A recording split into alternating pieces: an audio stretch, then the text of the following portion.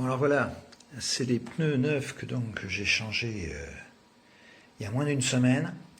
En moins d'une semaine, alors déjà on voit que en moins d'une semaine, les petits picots de fabrication, ont déjà complètement disparu sur la partie roulement. On s'en met plein les mains parce que le caoutchouc semble se défaire rapidement. Mais surtout, regardez ce que je constate sur la chambre à air qui était dedans, donc, et qui a crevé 2 fois. Ça fait même pas une semaine que je l'ai, là. Je suis sorti 3 fois et j'ai crevé 2 fois. Donc, complètement inutilisable. Alors, je sais pas si on va les voir.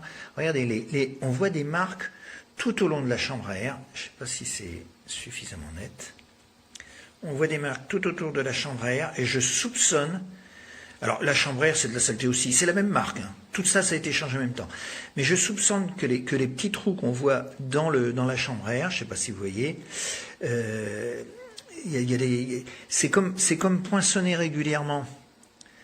C'est comme poinçonner régulièrement. Je me demande si c'est pas alors je sais pas, la trame du pneu à l'intérieur du pneu qui occasionnerait ça. Bon, en tout cas, c'est inutilisable. Le vélo est encore hors service. Et alors en plus, vous pouvez mettre le pneu sur la jante ou le défaire à la main. Il n'y a pas besoin de, il y a pas besoin d'arrache-pneu. Habituellement, j'en ai 3 comme ça pour retirer un pneu. Avec celui-ci, avec un seul, ça suffit largement. Il n'y a pas de problème. C'est beaucoup trop lâche, quoi. Alors que mes anciens pneus, ils ont tenu 10 ans. C'était exactement la même référence. Peut-être pas la même dimension. Peut-être que les Anglais ont des dimensions différentes des nôtres. Vous savez que leur histoire de pouces à la place des centimètres, quand ils font les approximations, j'ai l'impression que ils voyaient un peu grand, quoi. Voilà. Donc, conclusion, à fuir, à fuir, à fuir, à fuir. Je suis furieux.